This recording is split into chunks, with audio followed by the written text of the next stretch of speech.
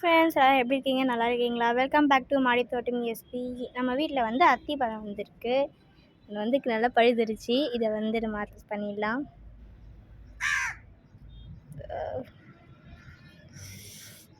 எப்படி இருக்குன்னு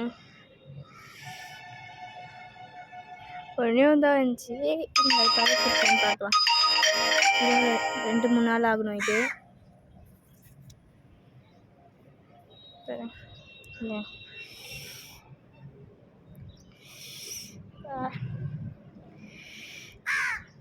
நல்லா ரெட்டிஷாக இருக்குல்ல.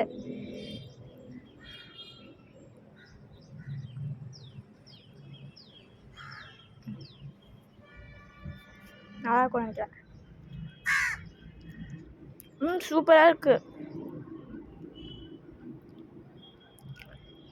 Thank you for watching this video. Like and share and subscribe.